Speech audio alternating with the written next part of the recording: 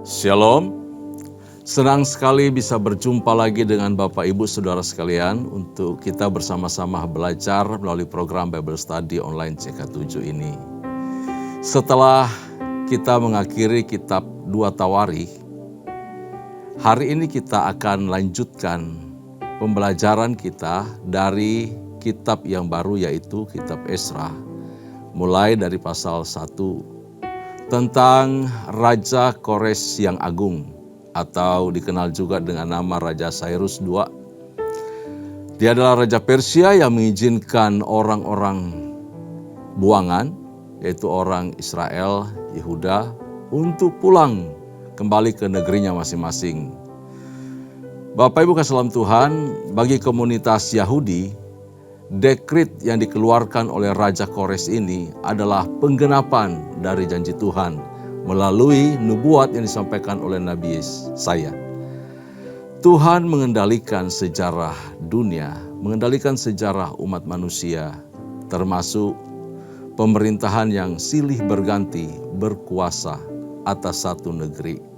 Nah, sebelum kita belajar lebih lagi dari kitab Ezra pasal 1 ini, saya ajak kita memuji, menyembah Tuhan. Dia Allah yang baik, Dia Allah yang setia, Dia Allah yang janjinya teguh, dan Dia yang berjanji pasti menggenapinya. Mari angkat hatimu di hadapan Tuhan. Haleluya. Kami bersyukur Tuhan, Engkau baik. Terima kasih.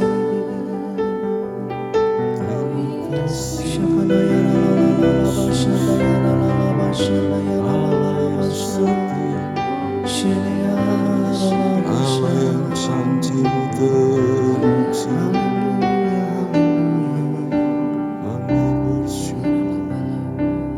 Kami umat-Mu rendahkan diri, sujud dan berdoa,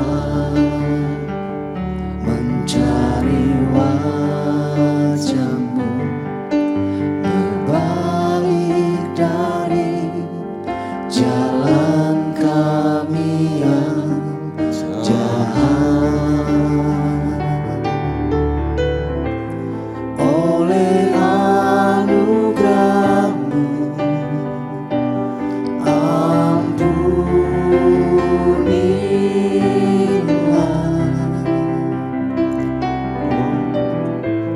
Oleh anugerah-Mu,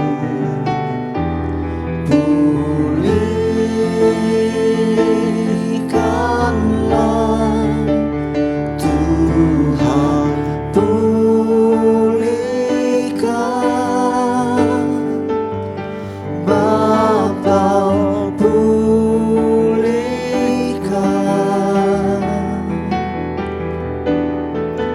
Kembalikan bangsa kami kepadamu.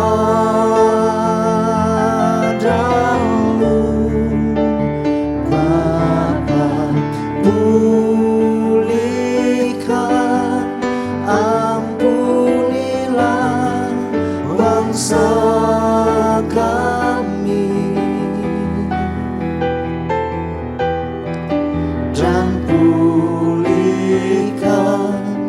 kembali negeri kami.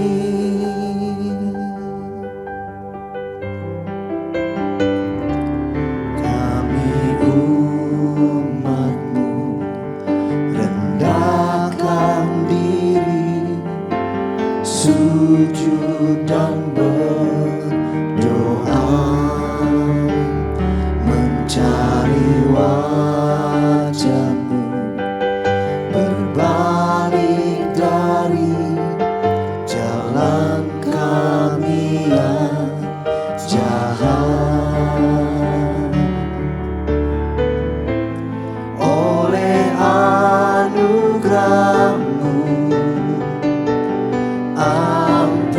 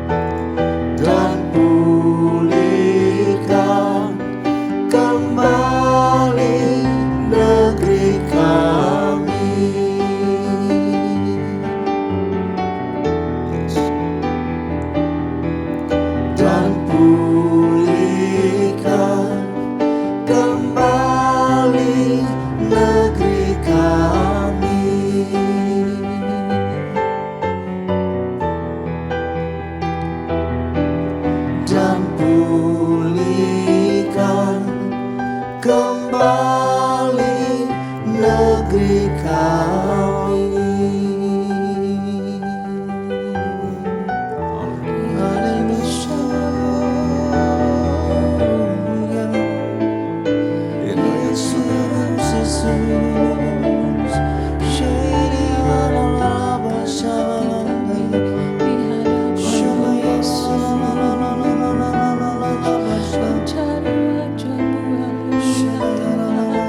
Kami datang merendahkan diri di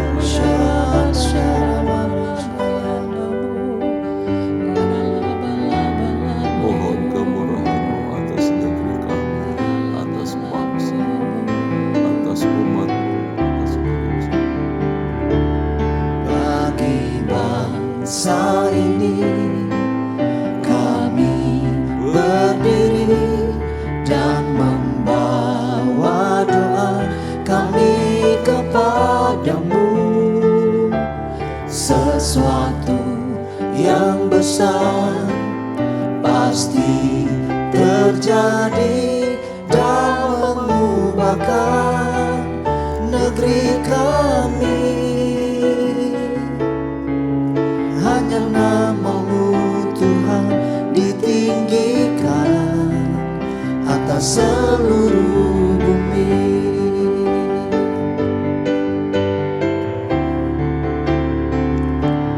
Bagi bangsa ini kami berdiri dan membawa doa kami kepadamu.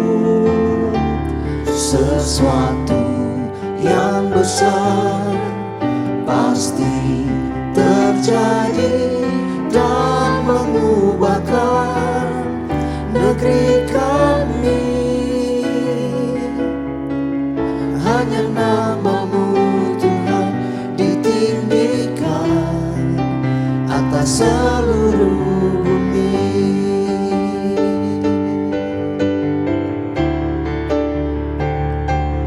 Bagi bangsa ini kami berdiri dan membawa doa kami kepadamu. Sesuatu yang besar pasti terjadi dan mengubahkan negeri kami. Hanya nama-Mu Tuhan ditinggikan atas seluruh bumi. Hanya nama-Mu Tuhan ditinggikan. Hanya nama-Mu Tuhan ditinggikan. Hanya nama-Mu Tuhan ditinggikan atas seluruh bumi.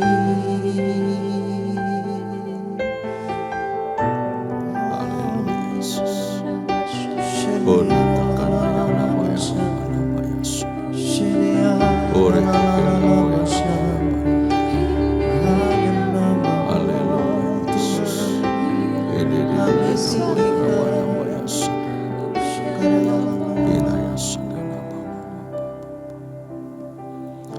Kami umat-Mu setiap hari, setiap waktu terus merendahkan diri di hadapan-Mu ya Tuhan. Kami mohon anugerah-Mu turun atas kota kami. Kami mohon anugerah kasih sayang Tuhan turun atas negeri kami, atas bangsa kami yang kami kasihi. Bahkan atas seluruh bangsa-bangsa di muka bumi. Untuk lawatan Allah terjadi sehingga pemulihan, kebangkitan rohani terjadi atas negeri kami, atas kota kami, atas segala bangsa. Dan nama Tuhan dipermuliakan, ditinggikan, diagungkan. Terpujilah nama-Mu ya Tuhan. Berkati pembelajaran kami pada hari ini. Kuduskan kami semua, beri hikmat dan kuasa Allah mengalir atas kami ketika kami membaca, merenungkan kebenaran firman-Mu. Terpujilah nama-Mu ya Tuhan.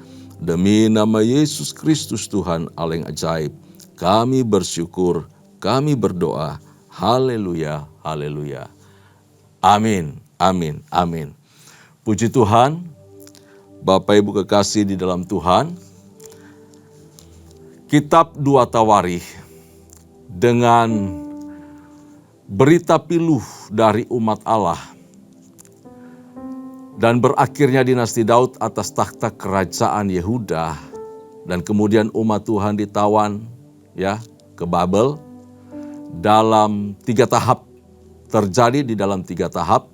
Tahap pertama itu terjadi pada kurang lebih tahun 606 sebelum Masehi, ketika Yoyakim memerintah sebagai raja. Dalam waktu singkat, kemudian diganti oleh pamannya, yaitu Yoyakin, dan terjadi pembuangan kedua tahun 597 kurang lebih. Setelah itu Yoyakin juga tidak bertobat, dan kemudian dia digantikan oleh raja yang terakhir dari kerajaan Yehuda, yaitu anaknya bernama Sedekiah. Itu terjadi pembuangan ketiga, dan Yerusalem diruntuhkan kurang lebih tahun 587 sebelum Masehi. Bapak Ibu saudara kasih dalam Tuhan, umat Yehuda dibuang ke Babel sebagai hukuman karena mereka tidak taat, tidak tunduk kepada Allah, pemilik negeri Kanaan, pemilik negeri Israel, pemilik negeri Yehuda. 70 tahun lamanya umat Allah dibuang ke Babel. Lalu memulai lembaran yang baru setelah genap 70 tahun. Ada berita gembira. Pada Tawarikh pasal yang terakhir, yaitu pasal 36 ayat 22 dan 23. Sebelum masuk kitab Esra, diberitahu di sana bahwa Tuhan menggerakkan hati Kores untuk mengizinkan orang-orang buangan kembali ke negerinya yang semula. Nah, ini berita yang luar biasa Bapak Ibu saudara Tuhan, ya. Berita yang sangat menggembirakan. Jadi saudaraku, kepulangan pertama umat sisa ini nanti dipersiapkan dengan baik, satu rombongan besar untuk kembali merespon dekret dari Raja Kores. Lalu mulai diajaklah pemimpin-pemimpin Yehuda mengajak supaya mereka kembali sama-sama dalam rombongan yang besar menuju Yerusalem. Jadi umat Allah sebagai umat sisa yang masih ada di tanah pembuangan ini menanggapi nubuatan Yeremia tentang 70 tahun, bahwa sudah genap 70 tahun. Dalam kitab Daniel juga, Daniel itu berdoa, Tuhan, ini sudah 70 tahun. Sudah 70 tahun. Umatmu ada di tanah pembuangan di Babel ini. Di Babel. Jadi kapan waktu Tuhan berlaku? Jangan lupa janjimu Tuhan. Jadi Daniel berdoa supaya umat Tuhan yang ada di Babel itu bisa kembali dan mengingatkan Tuhan untuk menggenapi janjinya yang telah disampaikan oleh Nabi Yeremia, yang telah menulis bahwa tanah Yehuda akan menjadi sunyi sepi selama 70 tahun di bawah kekuasaan Babel. Jadi kurang lebih dari tahun 606 pembuangan pertama dihitung sampai pemulangan pertama atau sampai dekret pengembalian pemulangan orang Yehuda itu ke Yerusalem, yaitu tahun 536. Kurang lebih 70 tahun genap Bapak Ibu saudara Tuhan. Lalu Allah membuka pintu bagi kembalinya para tawanan itu. Tentu ada sukacita dan kegirangan luar biasa ya. Ini disebabkan karena terjadinya pergantian dari kekuasaan Babel, kejayaan Babel kepada kerajaan Media Persia.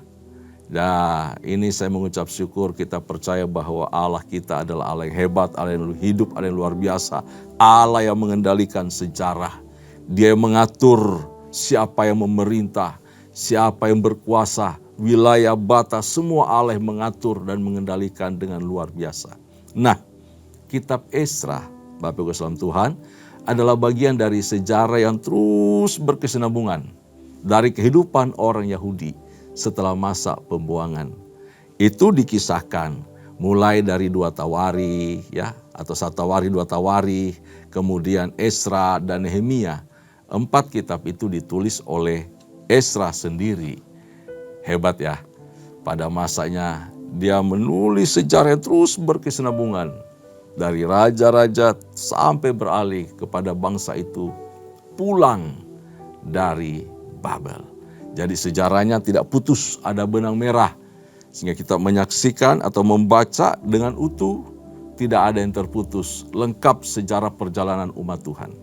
Nah, kitab Esra itu merupakan sumber terpenting, ya, sumber terpenting bagi sejarah Israel yang kurang lebih dari tahun 536 ketika mereka menerima dekret untuk bisa pulang atau dikembalikannya semua bangsa-bangsa yang ada di negeri Babel itu kembali ke tempat semula mereka. Jadi orang Israel punya sejarah yang merespon untuk kembali, tercatat semua di dalam kitab Esra ini. Mulai tahun 536 sampai kurang lebih 430 sebelum Masehi. Sebab dalam periode itu, ya, ini penting, periode ini penting karena periode ini, periode zamannya Esra, terbentuklah satu komunitas baru umat Tuhan, yaitu komunitas Yahudi. Sejak di bawah pimpinan Esra untuk kembali ke negeri Yudea atau Yerusalem, maka umat sisa ya yang tadinya dibuang lalu kemudian kembali, mereka disebut kelompok sisa atau umat sisa, mereka disebut umat Yahudi, orang Yahudi. Jadi kalau ditanya kapan umat Yahudi, orang Yahudi ada atau kelompok Yahudi itu ada, yaitu setelah mereka kembali dari pembuangan. Setelah mereka balik dari Media dan Persia tersebut, terbentuklah komunitas namanya Yahudi yang dipimpin oleh Esra. Esra sendiri adalah seorang imam dan pemimpin yang religius bersama Nehemia yang ditunjuk sebagai bupati Yehuda. Jadi Nehemia ini memimpin untuk mengatur bagaimana caranya mereka kembali, Esra ya. Kemudian Nehemia ditunjuk oleh pemerintah Media Persia untuk diangkat menjadi gubernur di Yudea, bupati di Yehuda. Bapak Ibu Tuhan, mereka berdua bahkan disebut sebagai 4 serangkai, karena bukan cuma Esra dan Nehemia, ada juga nama yang berikutnya, ada Zerubabel sebagai imam besar dan juga Yesua. Mereka berempat ini jadi pemimpin, 4 serangkai yang melakukan pemulihan, pembangunan kembali kehidupan orang Israel, ya, orang-orang Yahudi yang baru pulang dari pembuangan itu. Nah, Esra pula lah yang kemudian ini punya sumbangsi besar Bapak Ibu saudara Tuhan, sampai zaman kita bahkan generasi berikutnya. Adanya kitab yang kita pegang, kita pakai sekarang ini tak lepas dari perannya Esra. Luar biasa Tuhan pakai dia, ya. Dia mengumpulkan kitab-kitab perjanjian lama dalam satu unit, satu kumpulan buku, ya. Kepentingannya adalah supaya firman Allah bisa dibaca di bait Allah, supaya umat-umat sisa ini bisa mendengar Taurat, bisa mendengar suara para nabi, bisa mendengar kitab Mazmur. Wow, keren banget. Sampai kita sekarang ini menerima seluruh kitab perjanjian lama yang berjumlah 39 kitab itu adalah jasa dari Esra. Jadi kitab yang akan kita baca ke depan ini itu punya tema pengharapan, kebangunan rohani, pembangunan fisik, maupun juga pemulihan umat Allah. Itu tema-tema yang terdapat di dalam kitab Esra. Jadi kita buat pendahuluan lebih dulu untuk memperkenalkan siapa Ezra dan tokoh-tokoh yang menyertai dia, tema kitab ini dan tujuannya. Nah, apa tujuan dari kitab Ezra? Bapak Ibu saudara Tuhan, tujuan dari kitab Ezra yang pertama adalah mencatat bukti pemeliharaan dan kesetiaan Allah dalam menggenapi janjinya yang sudah dinubuatkan oleh para nabi, khususnya Nabi Yeremia, ya, Nabi Yeremia untuk memulihkan orang Yahudi. Nabi Yesaya dan nabi-nabi yang lainnya memberitakan tentang pemulangan. Bapak Ibu saudara Tuhan, di tanah pembuangan juga mereka punya nabi yang menyertai mereka, menemani mereka. Ada Yehezkiel dan selanjutnya nabi-nabi kecil di buku kita di Alkitab ini ya. Ada Sakaria, ya, menemani umat itu. Ada Hagai, ya, nama-nama nabi tersebut yang bersama-sama dengan umat untuk membangun kembali baik fisik maupun rohani mereka. Lalu yang kedua, bahwa Allah sajalah yang menggerakkan hati Raja Persia agar membantu kaum sisa, orang Israel, orang Yahudi yang ada di pembuangan ini, untuk kembali ke Yehuda dan memulangkan mereka, serta izin untuk membangun kembali bait Allah. Wow, keren sekali. Motifnya memang berbeda dengan umat yang percaya akan janji di mana telah genap 70 tahun dan mereka harus kembali. Tetapi dari sisi lain ada motivasi tersendiri dari Raja Cyrus ini. Ya, Raja Kores ini punya motivasi sendiri. Dia ingin diberkati, dia ingin didoakan, dia ingin kerajaannya, kejayaannya bertambah-tambah lebih lagi. Lebih luas lagi wilayahnya dan di panjang umur, Bapak Ibu saudara Tuhan.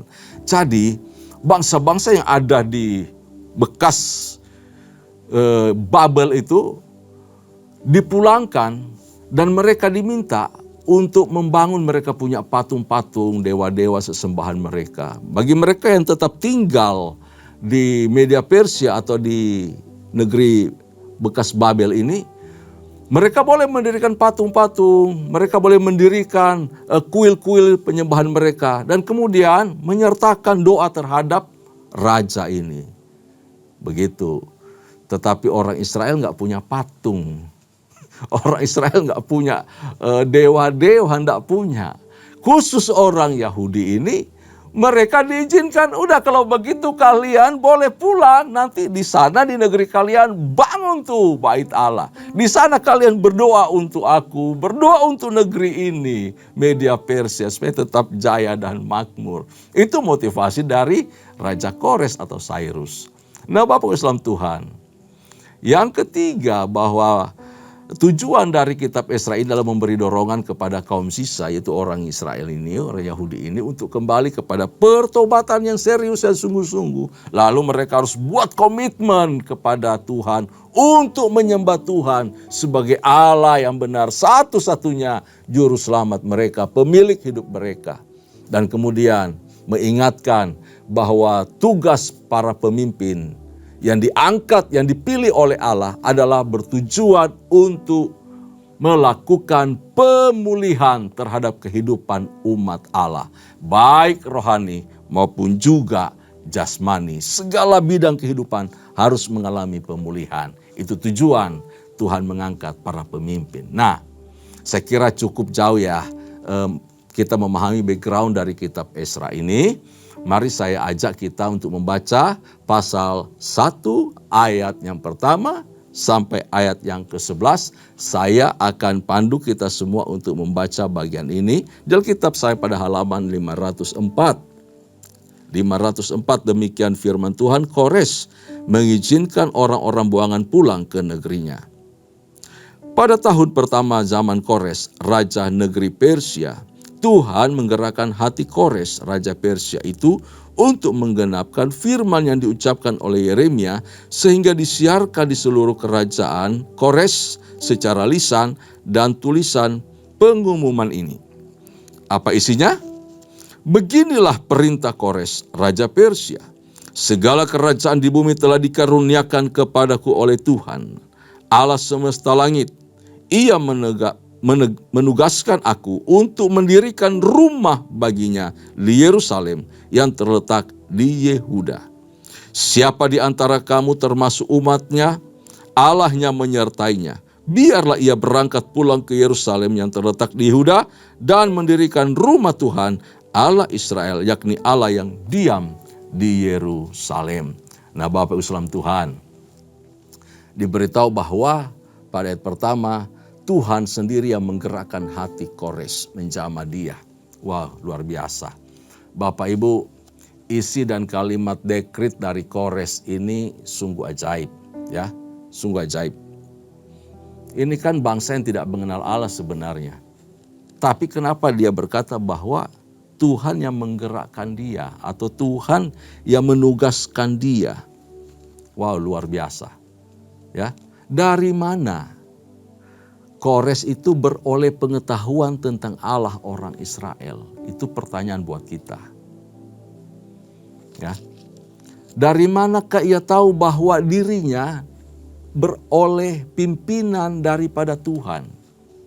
Bahwa Tuhan yang menggerakkan dirinya, menggerakkan hatinya. Jawabannya Bapak Ibu Saudara Tuhan begini, bahwa Kores itu telah merasakan pengaruh ajaran dari agama Yahudi. Karena ada orang-orang senior yang ada di Babel itu yang kemudian berganti kerajaan Media Persia, yang tetap ada dan tetap memberikan kontribusi yang luar biasa, baik dan besar bagi kerajaan tersebut. Nama-nama mereka harum, begitu. Jadi pengaruh dari ajaran Yahudi sampai negara-negara atau kerajaan berganti kerajaan itu merasakan dampak yang luar biasa. Bagaimana ia berkenalan dengan agama Yahudi sampai kemudian dia mengenal Allah orang Israel, Allah orang Yahudi bernama Yahweh atau Elohim ini. Dipanggil Elohim. Pada tahun kurang lebih 37 Masehi sampai 100 Masehi, seorang Yahudi, sejarawan Yahudi pernah hidup, yaitu Flavius Josephus.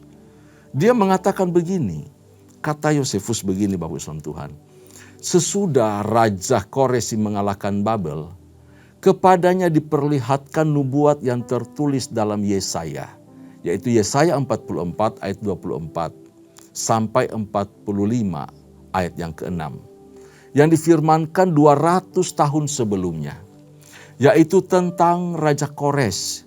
Ya, tentang Raja Kores. Bapak Ibu nanti baca Yesaya 44 ayat 24 sampai pasal 45 ayat yang ke-6. Di sana disebutkan ada Raja Kores yang akan memulangkan kembali bangsa Yahudi dan akan menyuruh membangun bait Allah kembali. Wow, bahkan Raja Kores sendiri namanya sudah diberitahukan 200 tahun sebelum raja itu melaksanakan tugasnya untuk memulangkan bangsa Israel. Nah, menurut Josephus, bahwa pada waktu Koresi itu melihat nubuat Nabi Yesaya itu, ia dikuasai oleh keinginan dan kehendak untuk menggenapi apa yang sudah tertulis, apa yang sudah tersurat itu. Bukankah itu tuntunan Tuhan? Wow, saya percaya seperti Amsal pasal 21 mengatakan bahwa hati raja seperti batang air di tangan Tuhan. Amin. Jadi kemana Tuhan mau alirkan, dia pasti akan pergi. Dialirkannya kemana Tuhan inginkan. Kalau Tuhan mau buka, Tuhan buka. Tuhan mau pulangkan, Tuhan pulangkan. Tinggal perintahkan hati raja untuk bergerak. Wow, bukankah Allah kita Allah yang dahsyat? Amin. Apapun keadaan kita saat ini, Tuhan bisa menggerakkan ya pemerintah kita, pemimpin kita untuk mengubah negeri ini. Tapi semua ada dalam waktunya Tuhan. Nah, orang Persia percaya bahwa budak mereka akan lebih mudah diatur jika mereka diizinkan tinggal di tanah air mereka sendiri, disuruh pulang kembali dan menjalankan agama mereka sendiri. Prinsip yang berbeda dengan orang Babelonia tentu saja, ya, yang menahan di seluruh memperbudak mereka di kota mereka, negeri, memusnahkan etnis mereka, budaya mereka dimusnahkan, dihilangkan supaya hilang identitasnya, hilang sama sekali. Namun kembalinya orang Yahudi dari pengasingan bermotif politik seperti pembuangan itu sendiri, ya, seperti yang tadi saya jelaskan. Jadi Kores dalam hal ini Raja Media Persia membiayai pembangunan bait suci Tuhan di Yerusalem, bukan sebagai tindakan amal, melainkan sebagai alat kontrol politik. Kalian kan sudah saya bangun, jadi tolonglah lakukan ya tugas kalian apa untuk kerajaan kami, take and give lah ya, kira-kira begitu. Lepas dari urusan kebijakan politik yang dilakukan oleh Raja Kores, saya percaya bahwa dekret Raja Kores ini merupakan rencana Tuhan. Ini pekerjaan Tuhan, di mana Tuhan sendiri yang menggerakkan hatinya. Amin. Lepas dari apapun juga, Tuhan punya rencana sendiri. Lalu kemudian dikatakan di ayat 2 tadi bahwa segala kerajaan di muka bumi telah dikaruniakan kepadaku oleh Tuhan. Wow, luar biasa. Itu pengakuan dari Raja Kores sendiri. Kita percaya bahwa Tuhan yang mengatur segala masa keadaan. Tuhan yang mengangkat dan menurunkan raja yang memerintah. Batas-batas kekuasaan dan lain sebagainya diatur oleh Tuhan. Ia menugaskan aku untuk mendirikan rumah baginya. Dikatakan tadi. Ayat yang kedua sampai ayat yang ketiga. Raja adalah juga seorang hamba Tuhan, Bapak Ibu Tuhan. Dalam hal ini Kores itu memiliki kerendahan hati untuk mengakui bahwa Allah Israel sebagai Allah semesta alam. Allah yang berkuasa penuh atas segalanya, termasuk terhadap hidupnya. Karena itu dalam iman orang Israel, Kores ini juga merupakan seorang raja mesianis. Raja yang diurapi oleh Allah. Kenapa? Dia mengerjakan kehendak Allah untuk rencana Tuhan terjadi atas umatnya. Dia menyelamatkan, membebaskan, memulihkan, dan membangun kerajaan umat Allah. Bapak Ibu saudara Tuhan, ayat yang ketiga dikatakan untuk mendirikan rumah Tuhan Allah. Jadi tujuannya untuk memulangkan umat itu kembali ke tanah Yudea atau Yehuda adalah untuk mendirikan rumah Tuhan dan berdoa bagi kesejahteraan raja dan juga Persia. Ayat 4-6 kita baca lagi. Dan setiap orang yang tertinggal dimanapun ia ada sebagai pendatang harus disokong oleh penduduk setempat dengan perak dan emas, harta benda dan ternak di samping persembahan sukarela bagi rumah Allah yang ada di Yerusalem. Maka berkemaslah kepala-kepala kaum keluarga orang Yehuda dan orang Benyamin serta para imam dan orang-orang Lewi, yakni setiap orang yang hatinya digerakkan Allah untuk berangkat pulang dan mendirikan rumah Tuhan yang ada di Yerusalem. Ayat 6, dan segala orang di sekeliling mereka membantu mereka dengan barang-barang perak, dengan emas, harta benda dan ternak, dan dengan pemberian yang indah-indah selain dari segala sesuatu yang dipersembahkan dengan sukarela. Nah, Bapak Ibu Tuhan, penduduk setempat harus menyokong, beritahu begitu. Itu dekret loh, perintah dengan emas, dengan perak, harta benda, dan juga termasuk ternak.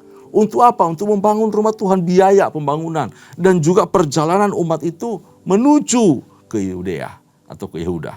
Wow, ini seperti deja vu ya. Bapak Ibu Tuhan, pernah nonton film-film deja vu ya.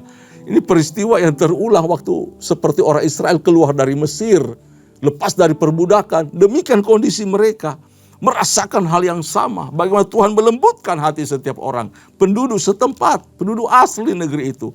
Untuk berkemurahan, memberikan segala yang mereka punya. Menyokong seluruh keperluan umat itu yang kembali ke Yehuda. Wow. Ayat 7 sampai ayat yang ke-11.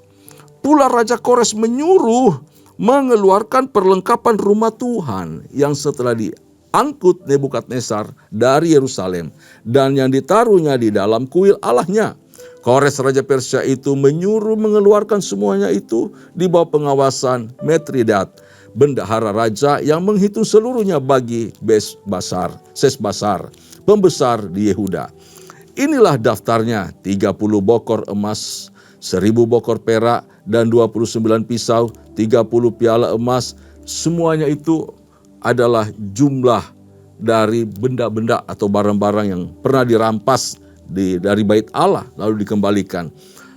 Semuanya itu dibawa oleh Sesbazar sewaktu orang-orang buangan itu dibawa pulang dari negeri Babel ke Yerusalem. Semua itu dibawa kembali. Jadi semua barang-barang perbenaran bait suci dan juga milik istana kerajaan dibawa kembali ke Yerusalem. Bapak Ibu saudara Tuhan, pelajaran apa yang dapat kita pelajari, ambil dari perikop pasal pertama? Kores mengizinkan orang-orang buangan pulang kembali ke negerinya ini. Yang pertama, bahwa Allah senantiasa ingin memulihkan umatnya yang berdosa. Amin. Seperti pujian tadi, pulihkan kami umatmu, asal mereka bertobat. Pemulihan terjadi didahului oleh pertobatan, kerendahan hati, mengaku dosa, dan bertobat sungguh-sungguh di hadapan Tuhan. Ada pemulihan dan harapan bagi kaum sisa yang percaya. Ya, kita juga orang Kristen di zaman sekarang yang tetap setia kepada Tuhan bisa dikatakan sebagai kelompok sisa. Sampai pada akhirnya kita bukan orang mayoritas yang sungguh-sungguh setia seperti zaman Nuh. Dari semikian banyak manusia zaman Nuh, berapa banyak yang kemudian setia sama Tuhan? Cuma Nuh dan keluarganya. Kita harus menunjukkan kesetiaan, ketaatan kepada Allah. Tetap percaya, tetap berharap kepada Tuhan. Supaya terjadi pemulihan atas negeri kita. Yang kedua, bahwa kitab Esra adalah kisah mengenai pengharapan dan pemulihan. Bagi orang Kristen yang hidupnya terluka oleh karena dosa, oleh karena pelanggaran terhadap Allah, ada harapan bagi kita bahwa Allah itu Maha Pengampun. Amin. Bahwa Allah itu tidak mengabaikan kita ketika kita datang padanya untuk bertobat sungguh-sungguh. Dengan hancur hati kita datang, Tuhan menerima kita. Tuhan memulihkan kita. 1 Yohanes pasal 1 ayat 9. Jika kamu mengaku dosa, Dia setia dan adil. Dia akan mengampuni segala dosa kita dan menghapus, membuang, melenyapkan segala kejahatan-kejahatan kita. Asal kita datang kepada Tuhan, anugerahnya tersedia bagi kita. Dan yang ketiga, bahwa perintah untuk pulang dan membangun bait suci itu, bait suci yang baru, bukan dari Raja Kores sesungguhnya, melainkan dari Tuhan. Dari Tuhan melalui Raja Kores.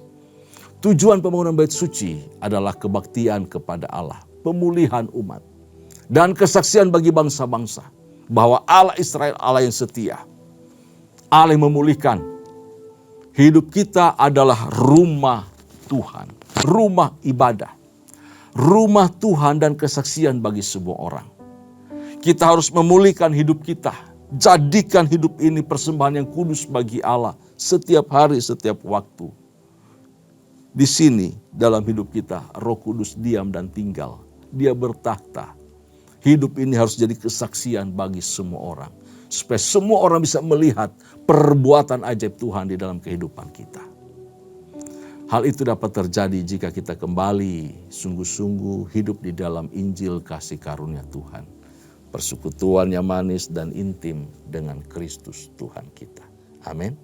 Yang terakhir, yang keempat, bahwa sebab hanya di dalam Yesus, Juru Selamat kita, ada pemulihan, ada kehidupan. Baik pemulihan rohani, kehidupan rohani, maupun juga jasmani. Datang kepada Tuhan, minta anugerahnya untuk memulihkan kita. Apapun kondisi kita, entah kondisi ekonomi, pendidikan, kondisi pernikahan, kondisi keluarga. Mari datang kepada Tuhan. Dia memulihkan, Dia sanggup mengembalikan kita. Asal persembahkan hidup kita kepada Tuhan dengan sungguh-sungguh. Amin. Tundukkan kepala, kita berdoa bersama-sama.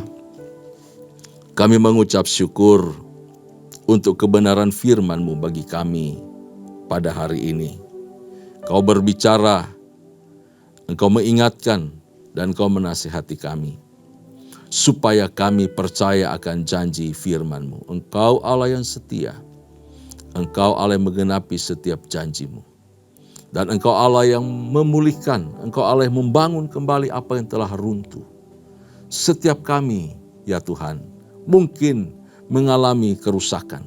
Setiap kami mungkin terjerembab dalam dosa. Setiap kami mungkin berada dalam titik nadir kekecewaan atau jauh daripada Tuhan. Kami datang hadapan-Mu hari ini. Kami tidak mau salahkan siapa-siapa. Kami sendirilah yang berdosa. Seperti umat Israel. Mereka yang berdosa, mereka meninggalkan Allah sehingga mereka dihukum oleh Tuhan. Tetapi firman-Mu menggenapi janji-Mu. Dan Engkau mengembalikan mereka kembali ke negerinya. Untuk terjadi pemulihan dan pembangunan bait Allah. Demikian juga kami ya Tuhan. Ketika kami datang mengakui kami adalah orang bersalah, orang berdosa, orang yang tidak layak di hadapan-Mu. Engkau Allah memulihkan, Engkau Allah menjamah kami, Engkau Allah mengangkat kami kembali. Engkau Allah membangun kembali kehidupan kami dari keruntuhan apapun juga. Baik keadaan ekonomi yang runtuh, baik kesehatan kami yang runtuh, baik keluarga kami, keharmonisan yang tidak baik. Dalam nama Yesus Tuhan, Engkau Allah memulihkan dan menyembuhkan kembali. Sehingga sukacita damai sejahtera Allah mengalir atas kami. Terima kasih ya Tuhan. Jadikan hidup kami menjadi berkat dimanapun kami berada. Terpujilah nama-Mu. Hidup kami adalah kesaksian bagi banyak orang. Ketika kami dipulihkan, ketika kami dibangkitkan kembali, ketika kami dibangunkan kembali oleh Tuhan. Hidup kami menjadi kesaksian bagi banyak orang bahwa kami punya Allah yang hidup. Bahwa Yesus Kristus adalah Tuhan satu-satunya. Terpujilah nama-Mu ya Tuhan. Kami mengucap syukur, berkati umat-Mu, berkati setiap kepala rumah tangga, berkati ibu rumah tangga, berkati anak-anak, berkati pekerjaan usaha, pelayanan mereka, berkati pendidikan sekolah mereka. Dalam nama Yesus Tuhan, terpuji-pujilah nama-Mu. Sebentar kami akan berpisah dari pembelajaran ini. Berkat serta anugerah Tuhan menyertai kami selalu. Berkat dari Bapa, kasih sayang melalui Kristus Yesus Tuhan kami, serta persekutuan dengan Allah Roh Kudus menyertai kami. Mulai hari ini sampai parusia Tuhan datang pada kali yang kedua, bahkan sampai selama-lamanya. Amin. Amin. Tuhan Yesus memberkati kita semua.